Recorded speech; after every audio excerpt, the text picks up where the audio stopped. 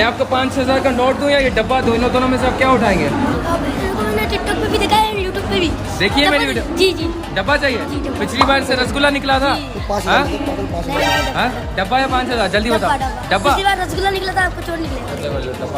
खोलो भाई खोलो। 5,000 नहीं ले रहे ना? नहीं सही है। तुम खोलो भाई,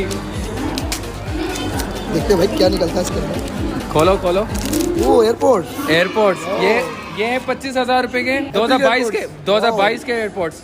वाह यार वाह, 5,000 तो महंगी निकली भाई। हाँ। वाह, वाह।